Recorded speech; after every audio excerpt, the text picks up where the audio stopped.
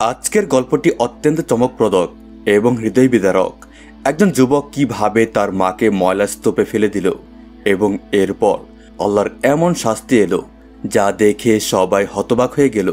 তাই আপনাদের কাছে বিনীত অনুরোধ, এই ঘটনাটি শেষ পর্যন্ত অবশ্যই দেখবেন।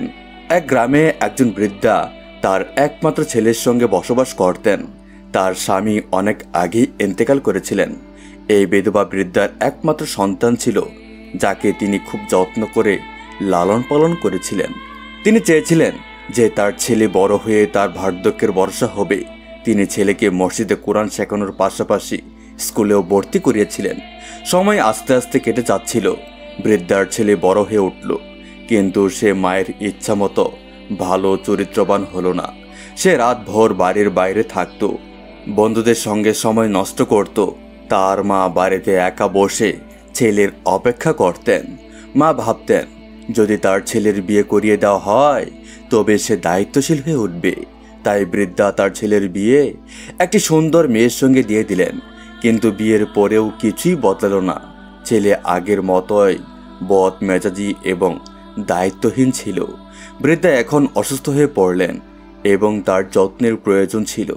কিন্তু ছেলে তার প্রতি দয়া দেখানোর বদলে তাকে অবহেলা করতে শুরু করলো। ছেলের বউ ও শাশুড়ির প্রতি বিদ্বেষপূর্ণ আচরণ করত। সে বলতো, তুমি কেন মরে যাচ্ছ না? তুমি আমাদের জীবনে বোঝা হয়ে গিয়েছ। ছেলেটিও তার স্ত্রীর কথায় সঙ্গ দিত এবং বলতো, আম্মাজান, আমাদের একটু শান্তি দাও। আমি যখনই বাইরে যেতে চাই তুমি আমাকে ডাকতে থাকো। এমন অশ্রাব্য কথাবার্তা বলে সে চলে যেত। বৃদ্ধ মা এভাবে দিন পার করতে লাগলেন। তিনি অসহায়ভাবে নিজের মনের কষ্ট চেপে রাখতেন। ছেলে তাকে দয়া করে পানি দিতে বললেও বাড়ির সব কাজ তার উপর চাপিয়ে দিত। ছেলের বউ এই দৃশ্য দেখে খুবই খুশি হতো, কিন্তু এই বৃদ্ধা মনের কষ্ট সয়ে সয়ে আরও অসুস্থ হয়ে পড়লেন। ছেলে এক সময় এতটা নিষ্ঠুর হয়ে উঠল যে সে বলল, আম্মা, আল্লাহর ওয়াস্তে এই বাড়ি ছেড়ে চলে যাও, আমাদের জীবন থেকে দূরে চলে যাও।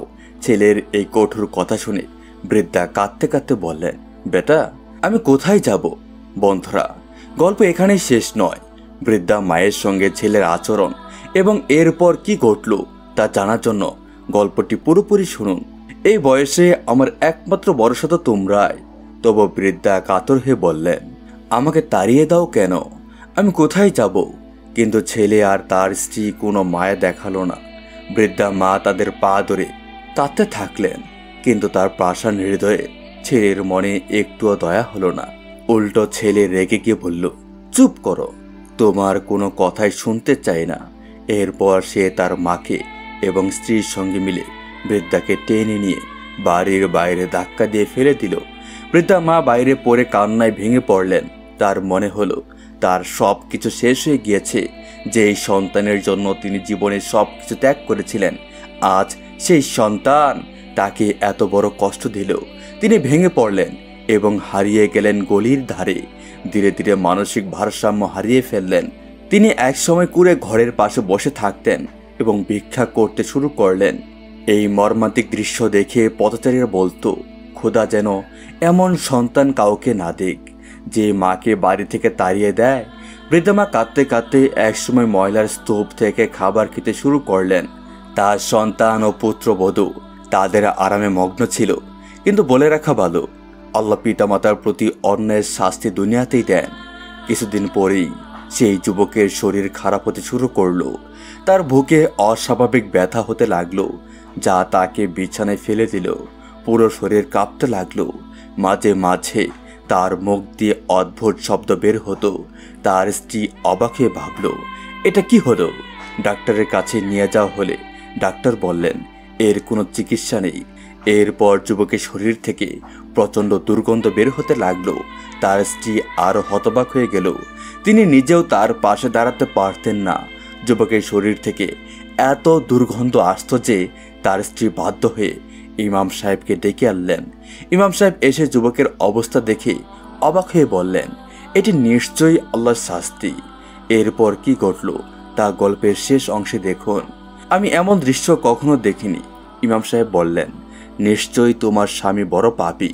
বলো, সে কি করেছে? মহিলা উত্তর দিলেন, সে কিছু করেনি। ইমাম সাহেব রাগে বললেন, তার গুনাহ ডেকে রাখো না, আমাকে পুরো সত্যি বলো। তখন সে প্রতারক মহিলা বলল, সে তো শুধু তার মাকে বাড়ি থেকে টেনে হিঁচড়ে বের করে দিয়েছে। ইমাম সাহেব কণ্ঠিত হয়ে বললেন, এটাই কি শুধু একটা ঘটনা? এটা তো তার জন্য আল্লাহর আযাব ডেকে এনেছে। সে তার জান্নাতকে ত্যাগ করেছে। দ্রুত তার মাকে খুঁজে বের করো। সে যদি মাফ করে হয়তো এই শাস্তি দূর হবে এবং সে শান্তিতে এই পৃথিবী ছাড়তে পারবে। এরপর সেই মহিলা গলিতে গলিতে ছুটে ছুটে তার শাশুড়িকে খুঁজতে লাগলেন, কিন্তু তিনি কোথাও মাকে খুঁজে পেলেন না। শেষ পর্যন্ত একটি ময়লার স্তূপের পাশে বৃদ্ধা মাকে মৃত অবস্থায় পড়ে থাকতে দেখলেন। সেই জায়গাটি এতটাই দুর্গন্ধ ছিল যে সেখানে দম বন্ধ হয়ে আসছিল। মহিলা কাঁদতে কাঁদতে বুঝতে পারলেন হয়তো আল্লাহ এই কারণে তার স্বামীকে এমন শাস্তি দিয়েছেন। তিনি ছুটে গিয়ে ইমাম সাহেবকে বললেন, আম্মার ইন্তেকাল হয়ে গিয়েছে। ইমাম সাহেব ব্যথিত হয়ে বললেন, হায় আল্লাহ, তোমরা কি করেছ? তোমাদের মাকে এতটা কষ্ট দিয়ে তাকে মৃত্যুর দিকে ঠেলে দিয়েছ। এখন আল্লাহ হয়তো তোমাদের মাফ করবেন না। যখন মায়ের রূহ কষ্ট পায় তখন ফেরেশতারা পর্যন্ত কাঁদে। তোমরা কতটা খারাপ হৃদয়ের। মহিলা কাঁদতে কাঁদতে বললেন, ইমাম সাহেব, আমাদের থেকে অনেক বড় ভুল হয়ে গিয়েছে। আমি আর আমার স্বামীর এই অবস্থা আর সহ্য করতে পারছি না। ইমাম সাহেব বললেন, তোমার বৃদ্ধা শাশুড়িকে ভালোভাবে দাফন করো এবং আল্লাহর কাছে ক্ষমা চাও, হয়তো তিনি তোমাদের মাফ করবেন। কথাগুলো শেষ হওয়ার আগেই সেই যুবক শেষ নিঃশ্বাস ত্যাগ করল। মহিলা অঝরে কাঁদতে লাগলো। বাড়ি থেকে একসঙ্গে দুটি জানাজা বের হলো, কিন্তু সেই যুবকের শরীর থেকে এমন দুর্গন্ধ বের হচ্ছিল যে সবাই আতঙ্কে তওবা তওবা বলতে লাগলো। কোনোভাবে তার জানাজা সম্পূর্ণ হলো। সবাই আল্লাহর কাছে ক্ষমা প্রার্থনা করলেন। আল্লাহ তাআলা পিতামাতার মর্যাদা সর্বোচ্চ স্থানে রেখেছেন। পিতামাতার অবাধ্যতা করলে এই পৃথিবীতেও শান্তি নেই এবং পরকালেও শান্তি নেই।